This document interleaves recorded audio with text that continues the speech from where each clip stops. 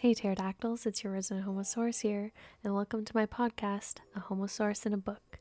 On today's episode, I'm going to be reading chapter 4 and 5 of The Loyal Pin. Now, I think I've made the decision to read 2 chapters in one episode, just because of the fact that if I only read one chapter, it's a pretty short podcast, so I figure that, 2 chapters, an hour long, it's a pretty decent length for a podcast. And also, I don't want to have this book dragging out for months. I quite enjoy this book and I want to get through it as quick as possible so that I can enjoy it and you can all enjoy it as well. So I think I'm going to stick with the 2 chapters in one episode of my podcast. So I hope that nobody's too opposed to that. But that's how I'm going to do this podcast going forward. So, with that being said, I'm quite nervous for this chapter because we ended a little bit on a cliffhanger last chapter with the girls out at the temple fair and getting caught by the chauffeur and being told that Lady Padmika, I believe it was Padmika, that's the lady that's looking over Lady Pin. Now she requested that the chauffeur go and find Lady Pin and bring her back to the palace. So I'm a little nervous about what's going to happen there because chapter 4 is titled Punishment. And I really hope my girl Lady Pin doesn't get punished because, she was a little opposed to going to this fair. But, Princess Anin worked her charm as she does. And she got Lady Pin to go with her. But I mean, they're both simps for each other. They both are pretty whipped for each other. So of course it wouldn't take much persuading for Lady Pin to agree to go with Princess Anin. So yeah, I'm quite nervous to see just how, the fallout of that situation. But I'm sure the princess isn't going to let any harm come to the lady, and I'm sure she will make sure that Aunt Padmika knows that it was her decision and her idea to go to this fair. And I mean, Aunt Padmika already said to Lady Pin that she shouldn't, disobey anybody above her station, especially the princess or the king.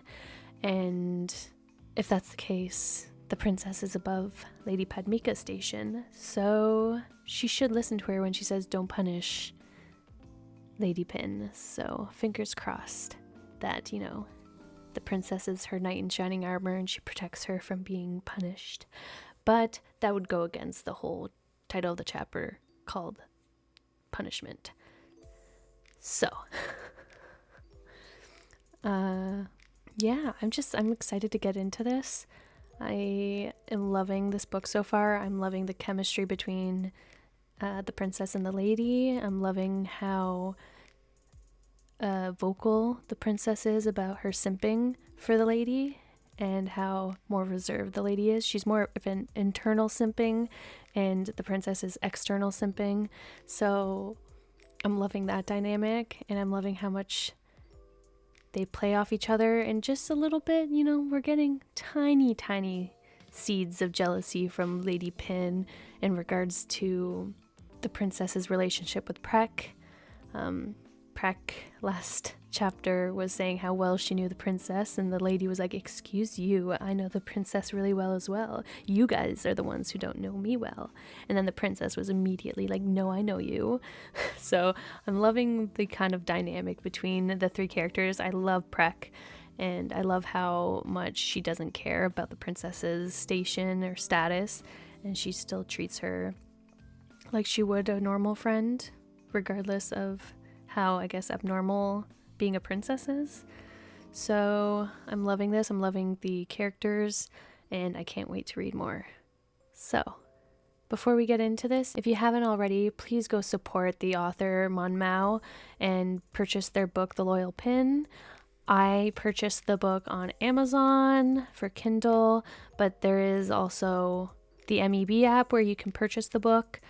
And if I come across any other ways or if I'm informed of any other ways to purchase this book, I will let you all know. But please go, if you can, purchase this book and support the author, because, you know, we got to support those queer content creators out there. Now, with that being said, let's get right into chapter 4, Punishment. The exterior of the Boar Palace is a 2-story structure that appears neither old nor new. It is painted in a soft yellow hue, which contrasts with a dark green roof and features circular arched windows. It exudes a dignified beauty, much like its owner. The interior is adorned with simple dark brown wooden furniture, lacking the opulence and intricate design seen in the front palace, which serves as the residence of His Royal Highness. This distinction is evident from the moment one ascends the stairs to the gable roof. Wow, that's very descriptive. I can picture this house or this palace in my mind. When P-Perm led the 3 girls into the large welcoming guests' hall, Princess Padmika was already sitting and waiting on an intricately patterned long wooden carved chair. She has a straight back, her black hair neatly tied in a bun, with a bright, beautiful face with some late 40s aging marks. She is wearing a black lace dress because she just returned from a friend's funeral in the suburbs. Pilantita and Prek bowed respectfully before taking their seats on the floor, each tucking one leg to the side as they sat in front of Princess Padmika, their expressions showing a touch of trepidation. In accordance with her equal rank, Princess Anilapat opted to sit in a chair beside Princess Padmika. She's like, I'm not sitting on no floor. I'm the princess. I outrank you. I guess equal rank, but still. She should have sat on a bar stool so she could be above the ant. But I guess that's a little disrespectful because she is older. So, I mean, I guess you gotta show some respect. But not if you're gonna punish my lady Pin. Then you deserve no respect. I don't care if she snuck out. Is it because I'm picturing Freen as Lady Pin and I don't want anybody disciplining my girl Freen? Yes. Am I biased? Yes, I am. I understand that. It's okay. I could admit when I have an extreme bias. Anyways. Being strict with tradition, Princess Padmika bowed her head to pay respects to Princess Anilapat, as she should. As she should. Knowing that she was the daughter of the owner of the Sawettawarid Palace. However, with their age difference, Princess Anilapat bowed with a respectful posture to Princess Padmika like a normal girl. See, yeah, I get it, like, she's older, so she has to show respect, even though technically they're both princesses, because Princess Anilapat is a direct descendant from the king, as opposed to the cousin of the king. She kind of has a higher status, I'm assuming, than Princess Padmika, so she would get that respect from somebody older. But because they're older, my girl Princess Anilapat, she's respectful. You know, she gives respect where respect is due. Princess Padmika offered a cold smile before turning her gaze towards her niece, Lady Pilantita, who, at that moment, kept her head lowered and steadfastly avoiding making any eye contact whatsoever. Though Princess Padmika's sharp eyes did not show any sign of anger, it made Prek, who accidentally looked at the princess for a little bit, afraid enough to hide her face down and almost hit her own knees. Oh no. I'm quite curious to see what Princess Padmika, who's casted for her, because she seems like a very stoic kind of hard ass, but also I don't know why I get the feeling that she's also kind of very soft-hearted under that hard exterior. I mean, she took in her niece and raised her as her own, and Lady Pin said that she felt safe and secure with her. So I'm quite curious if we're ever going to see like the soft mushy gushy center to Princess Padmika behind the stoic sharp kind of exterior. Lady Pin. Pilantita noticed her aunt's numerous complaints delivered in a hushed tone as she calls her name. It was hard to respond without her soft, plump lips trembling. "Oh, honey." "Your Highness, why are you hanging out of the palace at night without telling me?" Princess Padmika inquired sternly, her tone firm but her expression calm and inscrutable as she gazed at the niece who was crouching so low that she was nearly touching the floor. "I do apologize, Auntie." Lady Pin gazed up and looked at her aunt for a moment before bowing her head down even more. "It is all my fault, Auntie," Princess Anilapat said in a very firm voice. In reality, she shared a cousin relationship with Princess Padmika through their bloodline, but due to their significant age difference, Princess Anilapat referred to Princess Padmika as her aunt. This was because her grandmother, Lady Claire, treated Princess Padmika as her youngest daughter, and even her father treated Princess Padmika as a younger sister. To Princess Anilapat, Aunt Pad was a figure of beauty, elegance. A little bit of Jisoo came out of me. Elegance and fantastic and beautiful. Sorry. Let's try that again. To Princess Anilapat, Aunt Pad was a figure of beauty, elegance, and deep admiration. In contrast, Prek feared Princess Padmika more than anyone else because she upheld the palace tradition with great solemnity and strictness than even the king. "I was the one who forced Kun Pin to come with me." "Force?" Princess Padmika's face suddenly became more serious. "Did you bound her arms and legs? Drag her to go with you? I do not think so." ...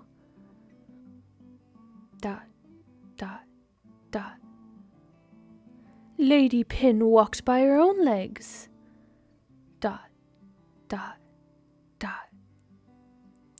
"Didn't you, Lady Pin?" At this moment, it wasn't only Lady Pilantita who quivered with fear. Rather, Prek appeared to be even more terrified. Well, I mean, to be fair, Prek is kind of technically a servant, right? Even though she's the princess's best friend, but she's still a servant, and she's surrounded by a lady and two princesses. So if anyone would really get in trouble in this situation, Prek would probably be the one who would get in the most trouble, especially back in the day, right? Because servants weren't always like... I mean, I guess it depends if you had a nice kind of royal family, but I feel like you hear a lot of stories about how badly servants were treated. And even if they were friends of the princess, they get shit on a lot. So I understand the constant fear that Prek seems to be living in, fearing everything. "Yes, Auntie." Princess Padmika continued to observe her niece with care. I told you, that mushy gushy inner core that she has. We're seeing it. She has to put the front of a stern, authority figure, but she has a soft spot for our girl. Princess Padmika continued to observe her niece with care. She had no desire to scold or anger Lady Pin for any reason, because she was well aware that Pilantita is indeed as fragile as glass. Okay, I know I'm talking a lot. I have a lot to say, but I'm really curious to see how Freen plays this, because I'm sure we have all seen her play Lady Sam, or Kun Sam, and she was very fierce and cold. I mean, she had her mushy-gushy moments, but she was, for most part, really cold and stoic and, kind of stone-faced a lot. So it's going to be interesting to see her play such a fragile character and such a kind of timid and meek and, well, appears timid and meek so far, character. And also for Becky playing kind of like a rebel princess character. It's kind of a flip from their Gav characters, a complete 180, and I'm very excited to see how they play this. Sorry, I just had to say that because the whole Lady Pin being as fragile as glass. It's going to be interesting to see this play out in the television universe. Even though she lost both father and mother at a young age, she had always conducted herself in a manner consistent with traditional teachings. If ever there was a time for an unusual occurrence, it would be now. However, when Lady Pin makes a mistake, I must punish you. ...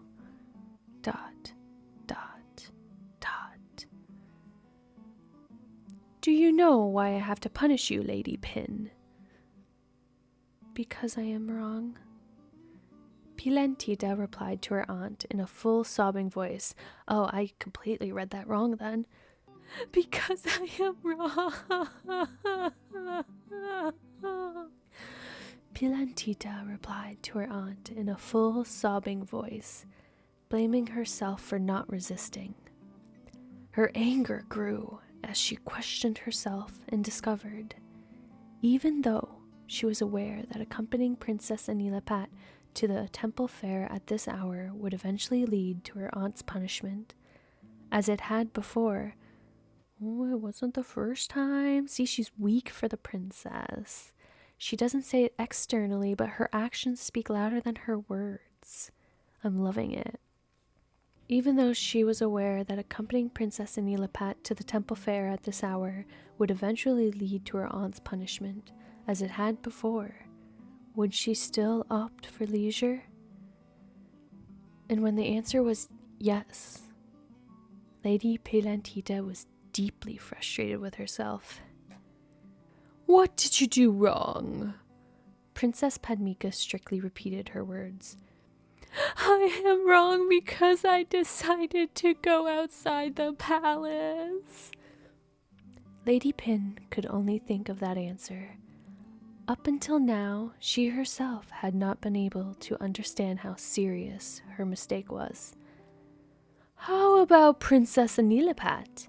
What do you think is wrong? Princess Padmika turned to look at Princess Anilapat this time. Curiously, she wants to know the intentions of the protagonist. I do not think that going out of the palace is wrong. Princess Anilapat spoke with a composed voice and radiant eyes that captivated her audience.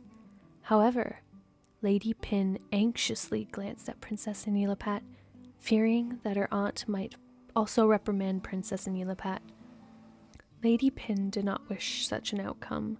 Of course she wouldn't, because she's a simp for her. She's like, no, I will take all the blame. Please, my princess.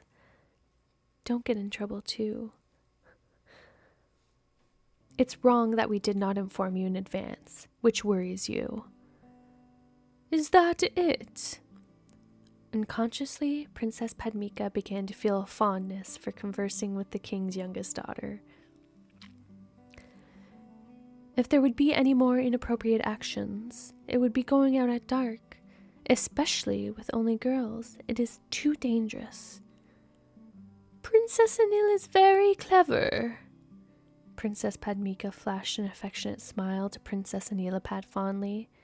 She was not accustomed to arguing with girls before, because Lady Pin is submissive. Intrusive thoughts. Nope, don't think it, Tara. Okay, go.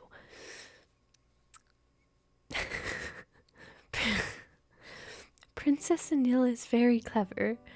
Princess Anil is very clever. Princess Padmika flashed an affectionate smile to Princess Anilapat fondly.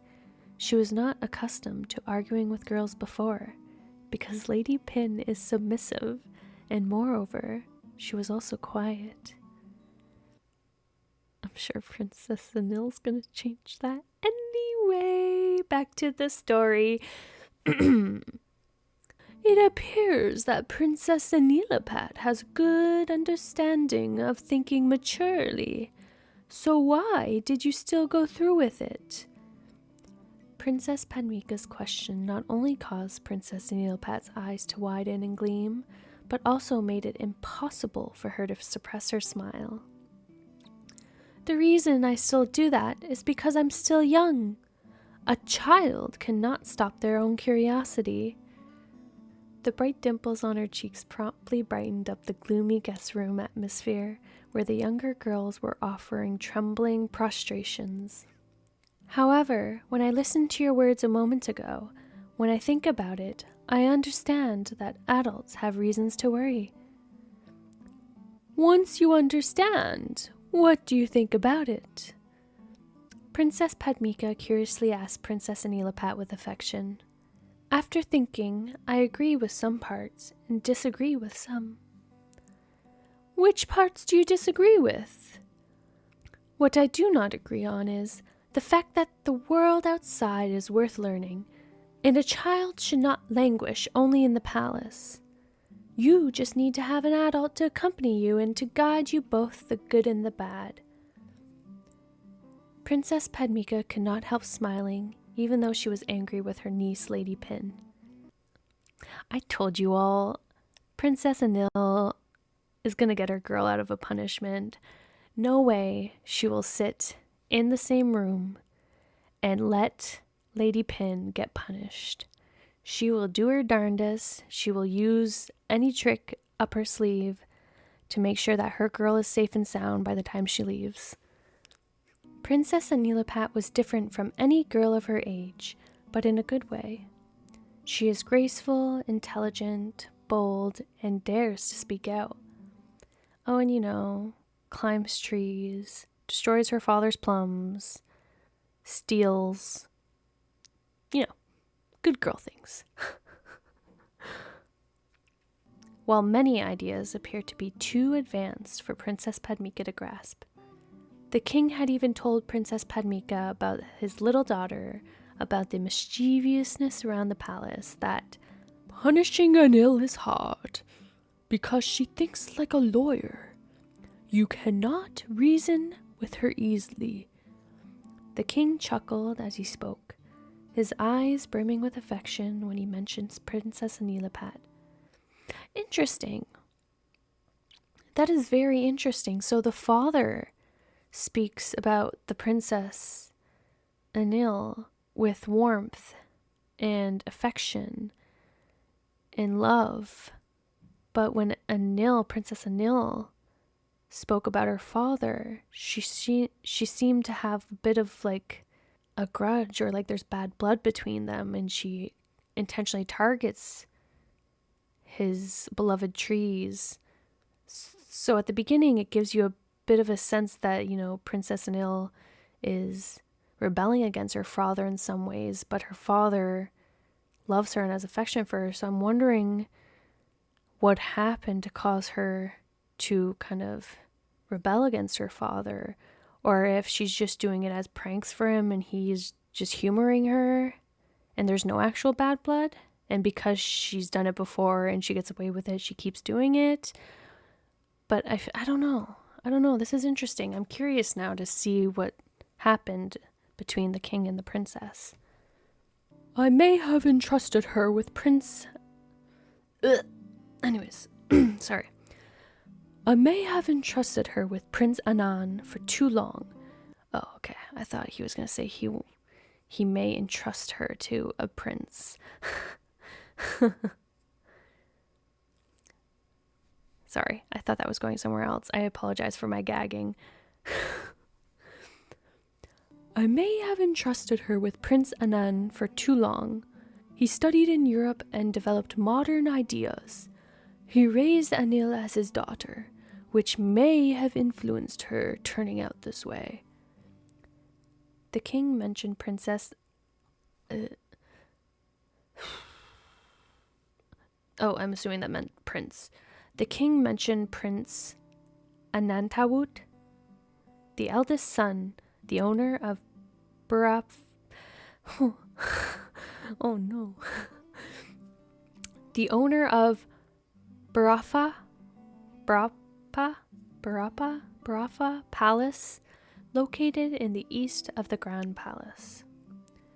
The king also had a second son, Prince Anan, who is now studying in Europe, following in his brother's footsteps. But the one he loved and was fond of the most was Princess Anilapat, the youngest daughter who was almost 12 years apart from her older brother. Good idea, good idea. If a child should not languish in the palace, then maybe next time I shall bring Lady Pin and Princess Anilapat to a funeral together. Oh, that is such an aunt thing to do. Or just like an old, like a older authority figure, like, oh, you want to go outside of the palace and that's why you were running around going to Temple's fairs? Well, I will get you out of the palace. We will go to a funeral. Oh gosh. Princess Padmika said, giggling. It is okay. Princess Anil was still smiling broadly, even though her face was beginning to lose color. Who would want to play around at a funeral? There is nothing fun about that. Nevertheless, Lady Pin must face consequences today. Despite inquiring about Princess Anilapat's reasoning for an extended period, Princess Padmika ultimately stuck with her initial decision. Yes, Auntie. Oh, I don't know if she's still sobbing at this point. I'll stop. Yes, Auntie. Lady Pilantita kept her head down as usual. I'm going to hit what? No, the heck you will not hit my girl. Try it. Try it. I don't care if you're a princess. Try hitting my girl. We'll find out. I'm going to hit Lady Pin with sticks 3 times, and a week of detention. What about me? Princess Anilapat's bright eyes widened curiously. You are not under my supervision. It is the truth that Princess Padmika should not be involved. If Kun Pin is punished, I must also be punished. I invited her. Oh, she's not going to let her girl take the punishment alone. Did I ever mention how much I love the princess? The princess, it's just my heart. My heart is melting. Oh no, Becky's gonna ruin me in this, isn't she? I'm gonna struggle. Okay. Princess Anilapat's firm voice, without any slight hesitation, coupled with her determined and beautiful countenance, prompted Princess Padmika to reconsider a more suitable punishment. Yeah, it did. She's like, I'm not gonna hit the princess. Are you kidding me? I'll be sent to the guillotine. Even if you do not punish me, Prek and I will stay in the Boar Palace with Kun Pin, not going anywhere for 7 days and 7 nights. Okay, God. It's confirmed. Becky's God. I mean, Princess Anil's God. Excellent. Hearing Princess Anilapat's statement, Prek praised her overlord in her head. I swear to God, if Prek is still thinking about sneaking into Lady Pin's room to steal something for Princess Anil, I cannot. I am weak. That's the only reason why I can think of for her saying excellent in her head. She is totally thinking about sneaking into the room and stealing. Oh, Prek. Then I will punish you as well. Princess Padmika finally spoke out in submission. I really appreciate it. Princess Anilapat bowed her head while Lady Pin had to muster great effort to hold back her tears. Oh, because she didn't want to witness Princess Anilapat being punished alongside her. Oh, they're so cute. Oh. Princess Anil's like, I'm going to be punished with you. Solidarity. I don't want you going through this alone. I will be hit with sticks just as much as you're hit with sticks. And then Lady Pin's like, I don't want you hurt. I will take the punishment. You, please, I don't want to see you in pain. These two. Like, are we all in agreement that they love each other? This is all just foreplay for them. I'm sorry. They're clearly in love with each other. And just they're not telling each other, and it's just gonna be like this. I mean, it's just gonna drag on for like 20 chapters of them not admitting they love each other to each other. And then they're finally something's gonna happen and they're gonna break. And then I bet you $1,000,000 it's gonna be Princess Anin that admits her love. I might reconsider and confine both of you to the reading room throughout the entire day tomorrow. Punishing Princess Anin for 7 days and 7 nights could make the king furious. Wait, so the only punishment is just keeping them in a reading room together? Where's the punishment? That sounds like Princess Anin and Lady Pin's heaven right there. Stuck with each other in one room, where I'm sure there's couches.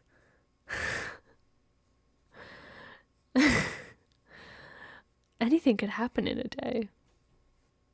Devious princess giving her those kind of, oh yes, it's going to be so torturous being stuck in a room with Lady Pin. However will I survive this punishment?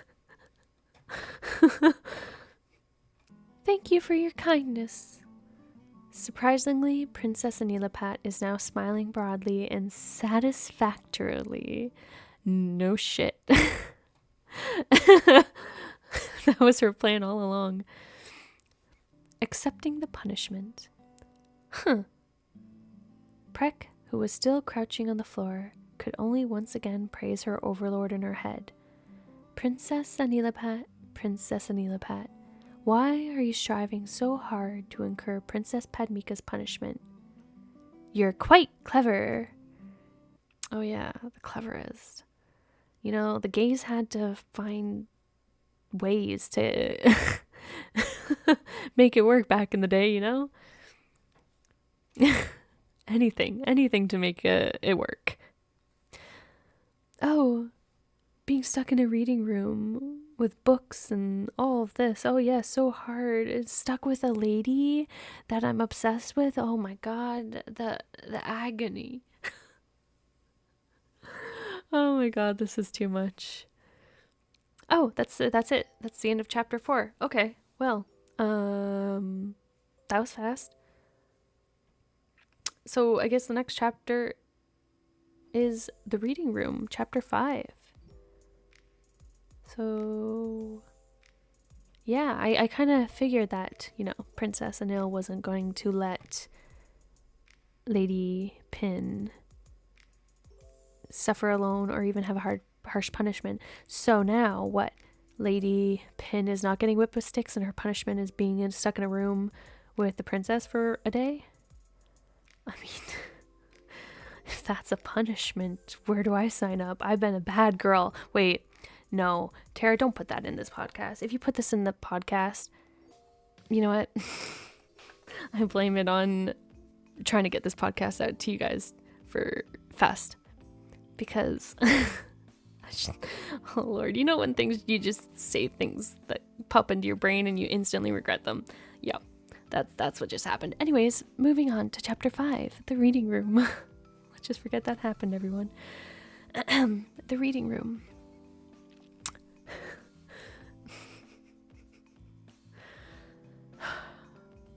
I hope to God I never meet any of you guys in person one day, because how would I ever be able to look you guys in the eye?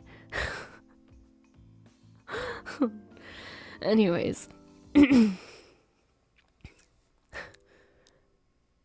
reading room of the Boar Palace is quite petite. Oh, good. It's pretty small, eh? Oh, why am I sitting on Princess Anin's lap? Oh, you know, the room is so petite. There was no other place for me to sit. It's late at night. I blame it on sleep deprivation. I apologize.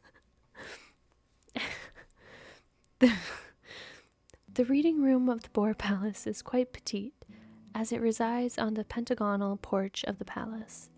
This porch is embellished with large arched crow egg green windows that stretch from floor to ceiling, encompassing all 5 sides. Do these windows have drapes that we can just close? Because, you know, the sun's so bright, you need the shade, like you can't read properly with all that sunlight. It's just glaring off those pages, and, you know, you need to not have the window open where The sun can see you.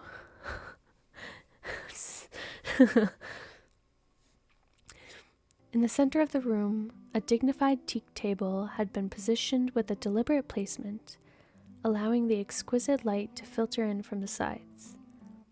It was encircled by a substantial bookcase, housing textbooks whose pages had begun to yellow, emanating the nostalgic scent of aged paper that permeated the room. Auntie asked you to copy the textbook. Why do you keep drawing, Anil?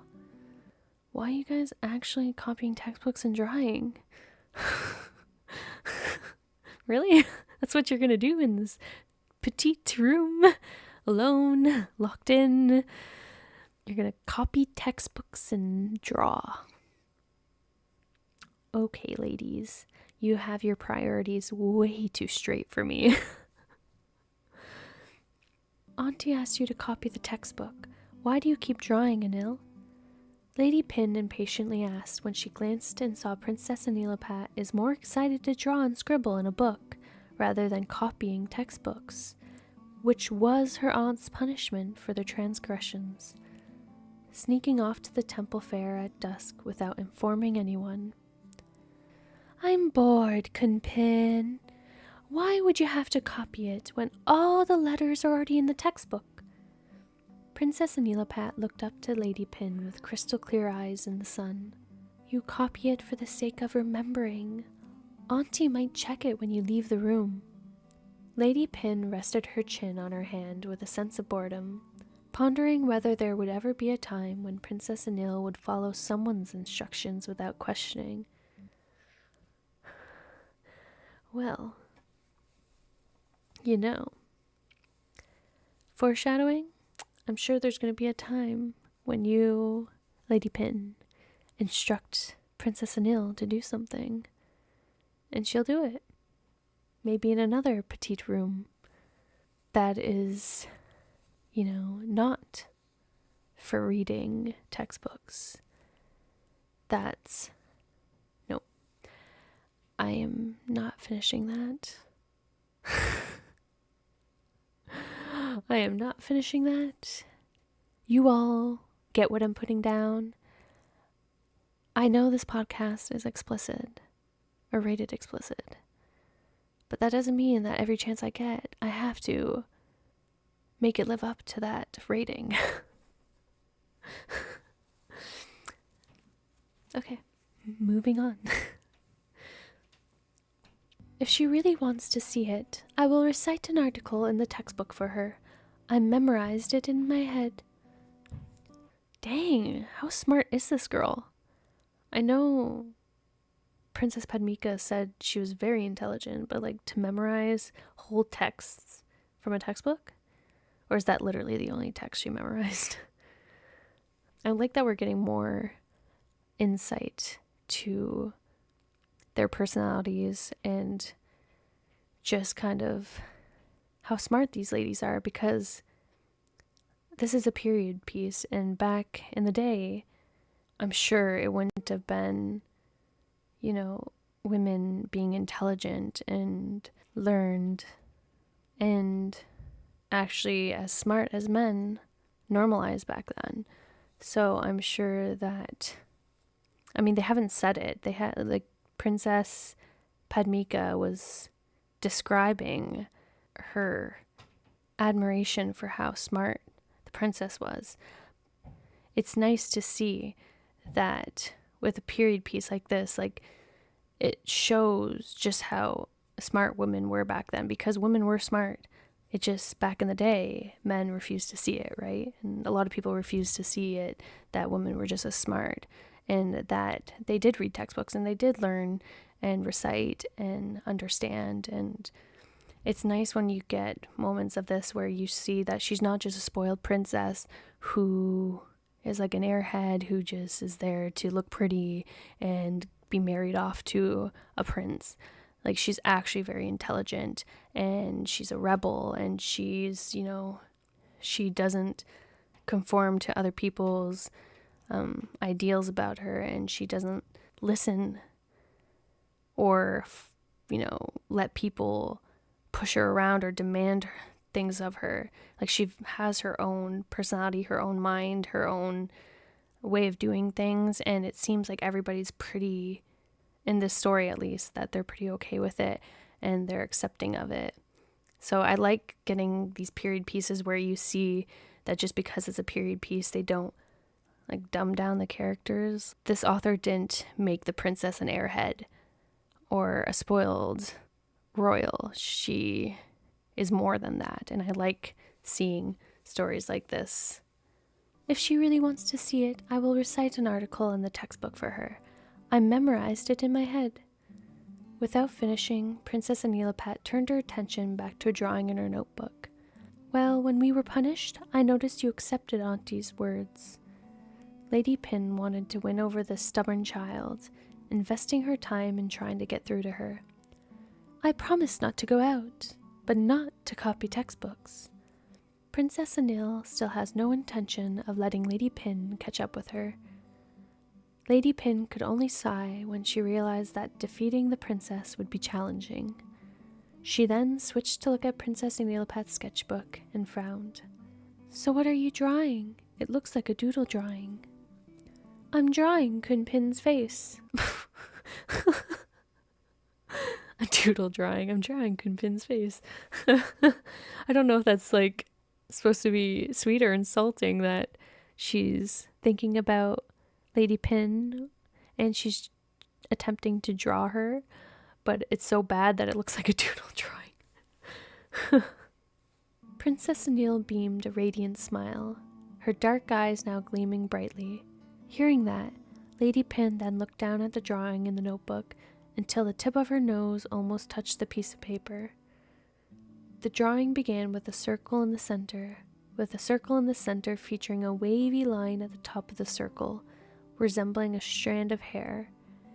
There are 2 small dots inside the circle to resemble eyes. Below, there's a semicircular curve resembling a smile. Looking at the picture closely, Lady Pin looked up and gave a cold look to Princess Anil. Am I that ugly? What? Ugly? But I think it's cute, said Princess Anil, smiling. Does this picture look cute? Her beautiful light-colored wavy lips was now contorted with bias. You are cute. Flirt, why don't you, ladies? Oh, sorry, I missed the most important part. Let me take that back. Does this picture look cute? Her beautiful, light-colored wavy lips was now contorted with bias. Dot, dot, dot. You are cute. Princess Anil pointed the pencil in her hand towards Lady Pin and grinned widely, revealing her dimple. Her eyes seemed even brighter than before. Anil? Lady Pin's voice remained solemn and hushed.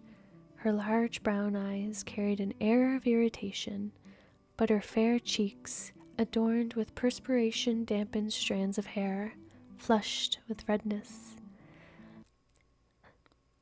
Princess Anil has the charm. She has, she's smooth with it. You are cute. And making the lady blush and shit. Like, okay, princess. You keep doing what you're doing. You're gonna get somewhere.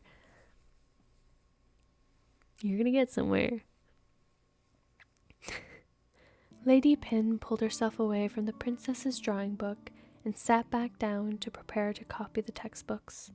Her lips were tightly packed in a straight line, as if trying to suppress something that was rapidly bouncing in her chest.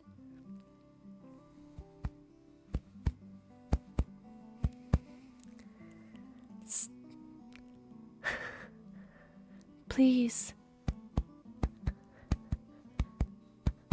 Slower your beat. Then I will redraw it carefully, so the drawing will be as cute as the real person, said Princess Anilapat in a teasing voice. Just do whatever you want, Anil.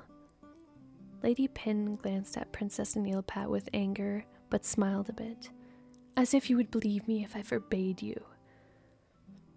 After hearing Lady Pin's words, Princess Anilapat couldn't speak and instead burst into laughter. Lady Pin sighed once more, and then diligently refocused on copying the textbooks. She felt relieved as the princess' laughter subsided. It appeared the stubborn child might come to her senses and resume copying the textbook. On the contrary, Kunpin? That clear voice made Lady Pin feel nervous. Yes? Let me take a look into your eyes. Oh, princess. Finally, she's putting on the moves. You're in a petite room, remember? You have a whole day, and you wasted most of it drawing and copying textbooks. It's about time you put on the moves. That's all I'm saying. Let me take a look into your eyes. Dot, dot, dot. While Lady Pin was taken aback by Princess Anil's words, she instinctively directed her gaze towards Anil's clear eyes. It was then that she noticed Princess Anilpat holding a pencil at eye level and making intricate motions, resembling a skilled painter. Princess Anilpat earnestly observed Lady Pin's petite visage. Pilantita's eyebrows had a rounded curve to them, and her prominent nose added an air of determination. Her beautiful, wavy, light pink lips framed her face, and the lady's smooth cheeks occasionally blushed for reasons unknown. Her large, light brown eyes, akin to those of a young fawn's, possessed both sweetness and strength. Lady Pin has a small mouth and nose. It's lovely and cute. I would really want her to be another daughter of mine.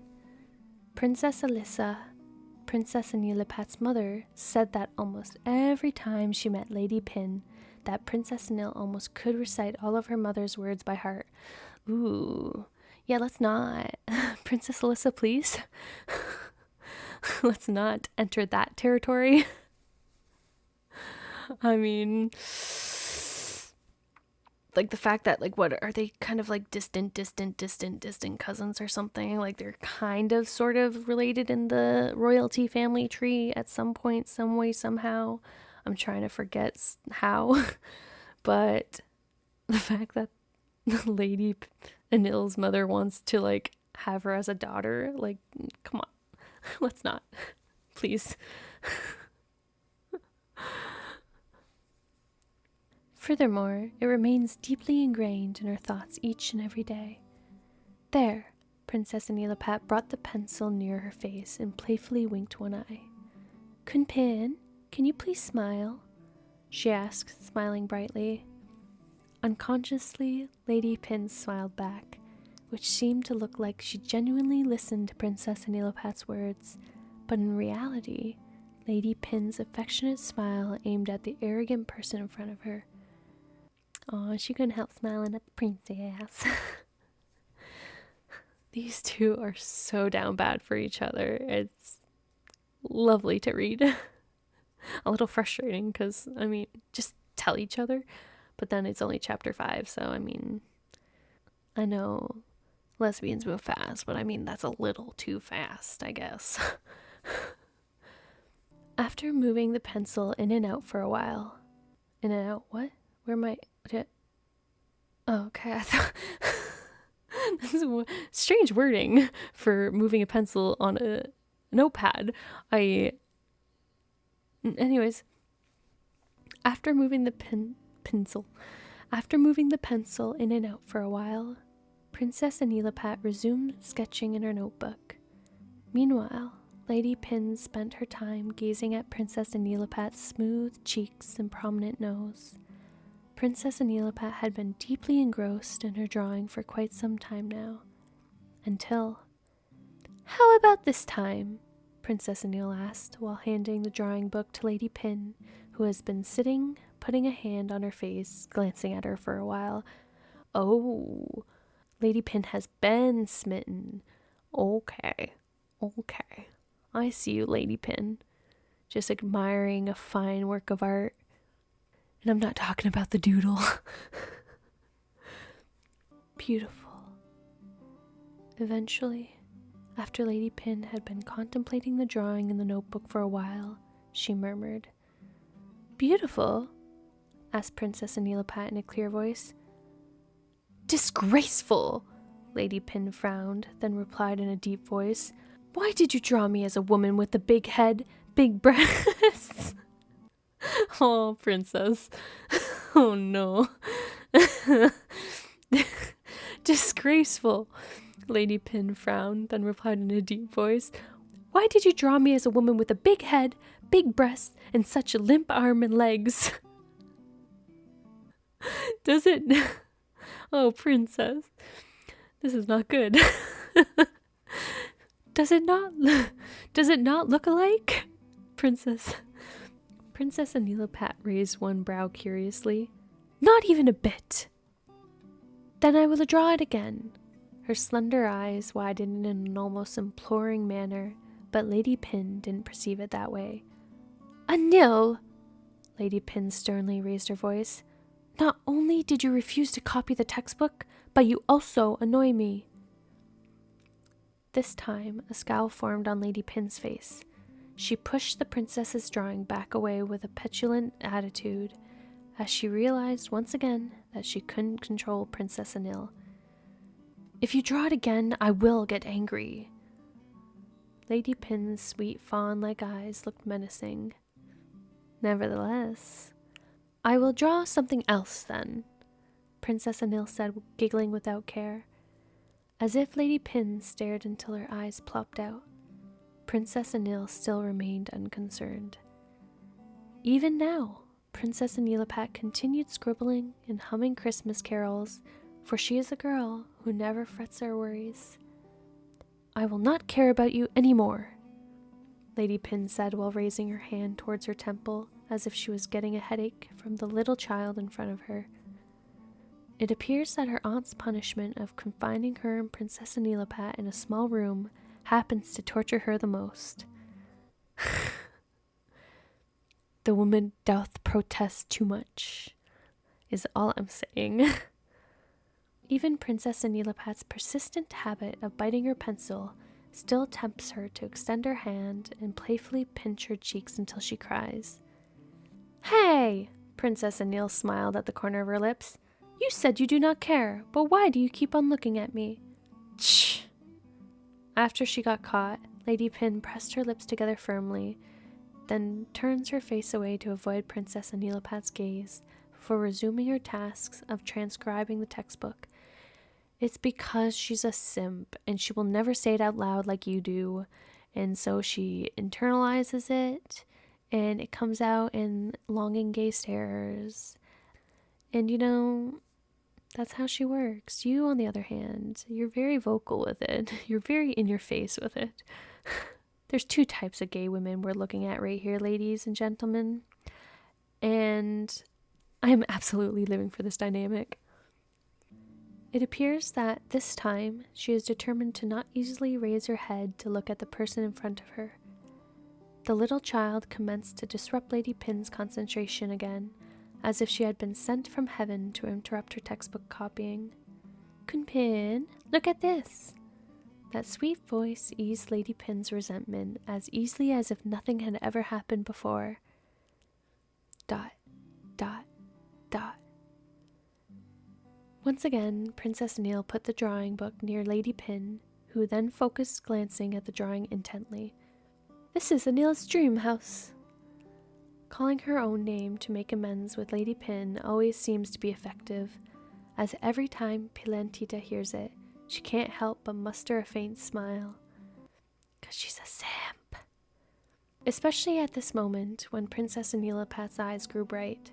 She appeared innocent like a good girl like others. How could Lady Pin be cold-hearted?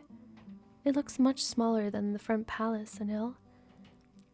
Lady Pin looks at the drawing of a small one-story house, surrounded by pine trees, and said attentively, "Why do you want to stay in a small house?" "I think it's cozy," Princess Anil said with a gentle smile. "A small, narrow place like that, we are always in plain view." As she was speaking, Princess Anil's eyes were unlike what Lady Pin had ever seen before. It looks dreamy, but it seems so serious, enough to make Lady Pin's heart beat faster again. See, the princess doesn't want these big palaces and, all this money and everything that comes with being a princess. All she wants is a nice one-story house with the love of her life, where they can raise 10 cats together and, live happily ever after. Is that too much to ask? Probably as a princess, yes. I don't see that happening, but you never know. If I really had my own house, Princess Anil speaks with an extremely soft, decent voice, I would ask you... Oh, I knew it. I knew it. Oh, I'm so soft. Oh, Princess just knows all the words, all the right words to say, and she knows how to reel them in, I would be smitten. I would be smitten. That's all I'm going to say. I would ask you to stay with me. Rip. The sound of the pencil in her hand, pressing against the paper until it left a broad mark, abruptly snapped Lady Pin out of her brief daydream. She hastily turned to the next page, feeling uncertain about what to do. They're not even together officially, and the princess is already asking her to U-Haul it with her. Like, that is next level. The princess is next level. They're not even in an official relationship. They never even said I love you. They never even really got anywhere in a romantic kind of situation with each other, and she's already asking her to move in. Okay, princess. Lady Pin responded to Princess Anilapat's invitation with silence. She continues to copy the textbook quietly, her hands sweaty and her heart racing. If the paper gets torn, will Auntie be mad? Princess Anilapat softly muttered, expressing her guilt over causing Princess Padmika to become angry with Lady Pin once more. However, this time, Lady Pin never once raised her face from the textbook, forcing Princess Anil to remain as still as a stubborn child possibly could. After sitting still for a long time, Princess Anil's eyes began to flicker. She slowly placed her arm on the writing table to use as a pillow for her head. Before too much time had passed, she fell asleep. After hearing Princess Anilapat's rhythmic breath, Lady Pin's heart also seemed to have calmed down.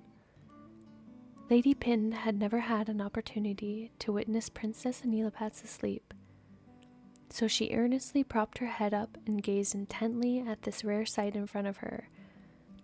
These girls, come on.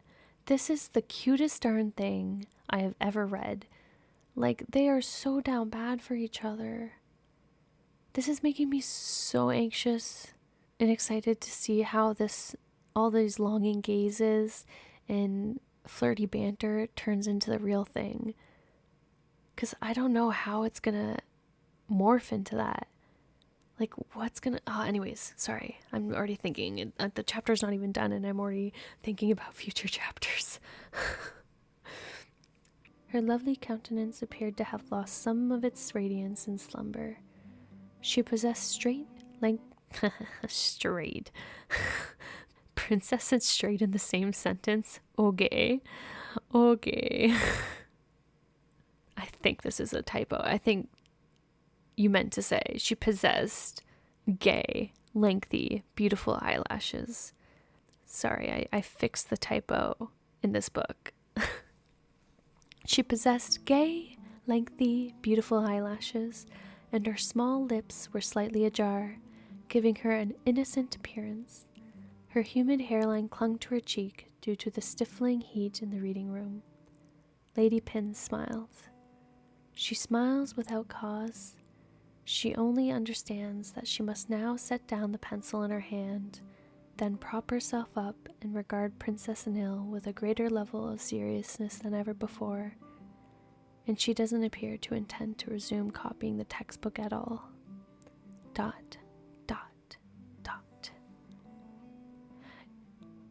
That's the end of chapter 5. Okay. Oh no. Oh Lord Jesus. Can I make this into a 3-chapter one?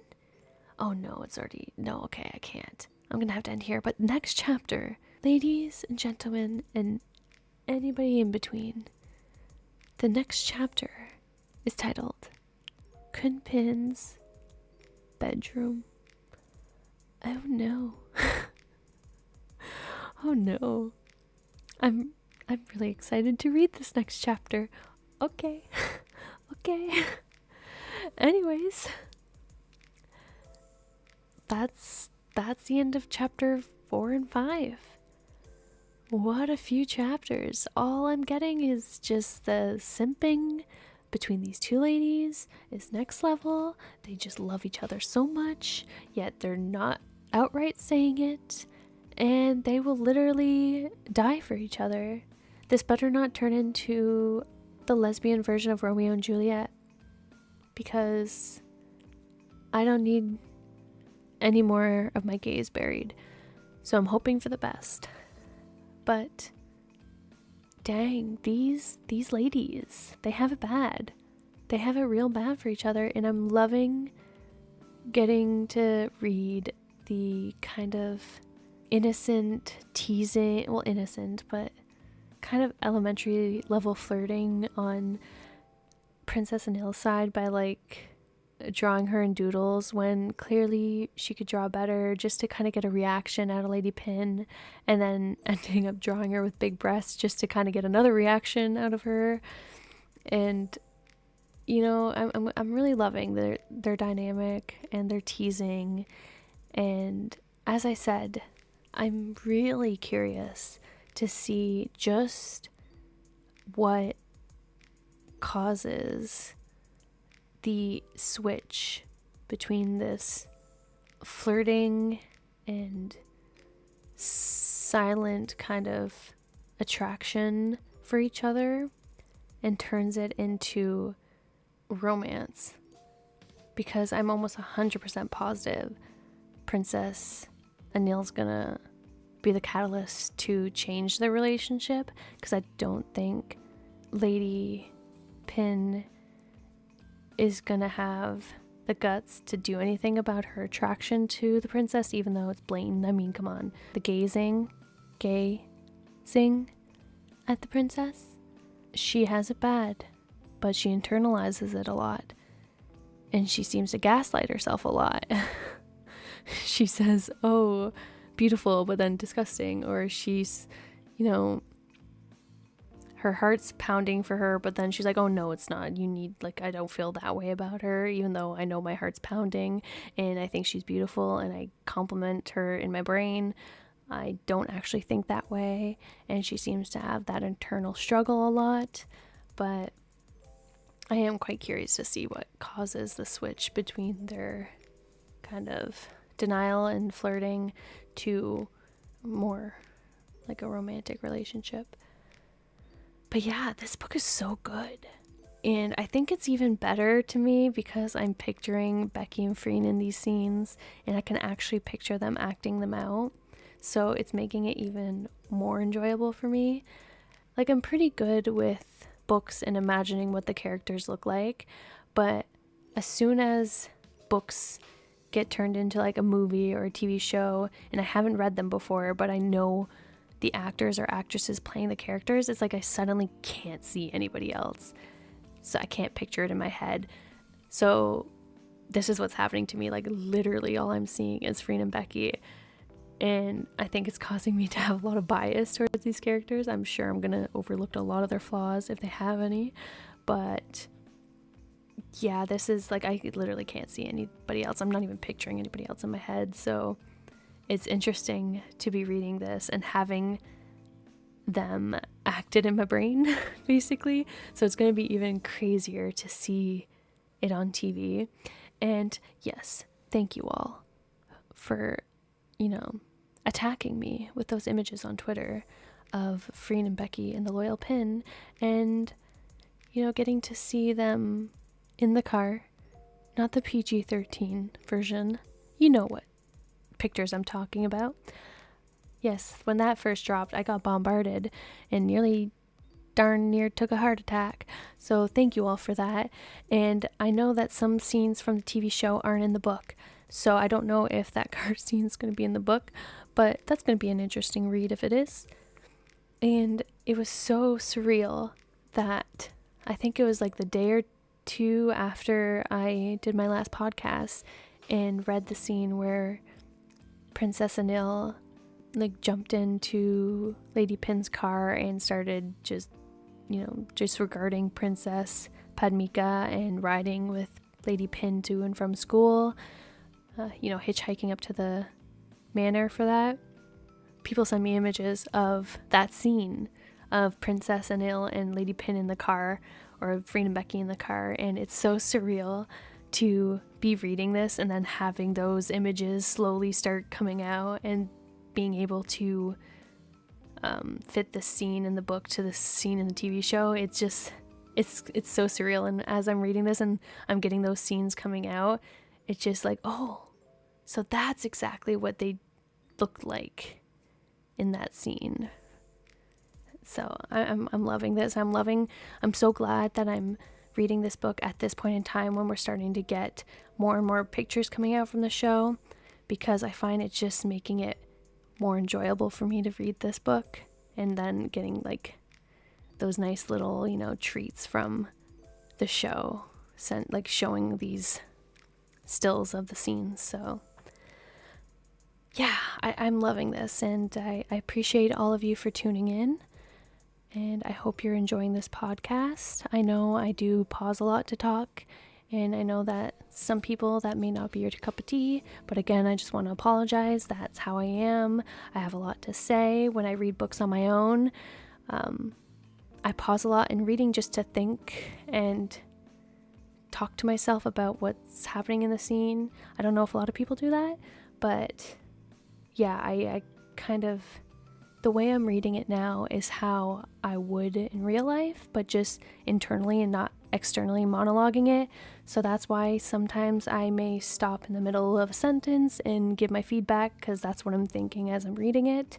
And I know listening to that in a podcast format may be a little jarring to some people because they're following along with the story and then suddenly I'm commenting, but that's I don't know how else to read it. I think it'd be pretty boring if I just read it in an audiobook format, and plus I don't want to do that to the author, because you should, if you can, go out and buy their book.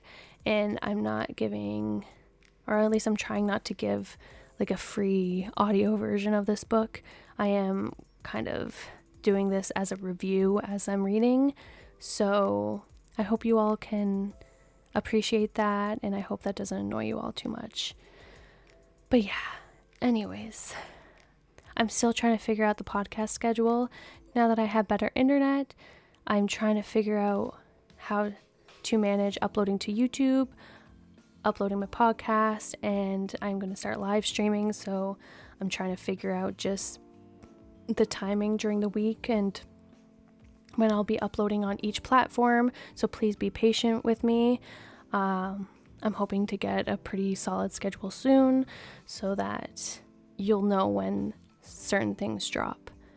But before I sign off, I also just want to let you all know the reason why I didn't post any podcasts this week, and this is my first podcast, is if you all follow me on Twitter, you may know, but I didn't have any internet because I switched internet providers to a faster high-speed internet so that I can upload my reactions faster, because before it was taking 5-6 hours to upload an hour-long video because that is how slow my internet was.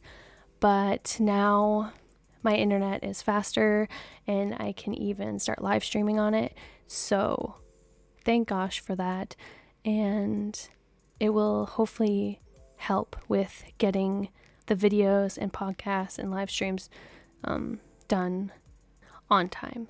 So that is the reason why I wasn't able to post this week, so I apologize for that, but next week should be more regular for my podcast. I'm still thinking I'm going to try to do a Tuesday and Friday schedule of my uploads for my podcast, but I will work on it this weekend, trying to figure out what my schedule and my upload times are going to be for everyone. So stay tuned for that. Now, with all that being said, again, I hope you all enjoy this reading, and yeah, I hope you have a wonderful day and stay safe, everyone.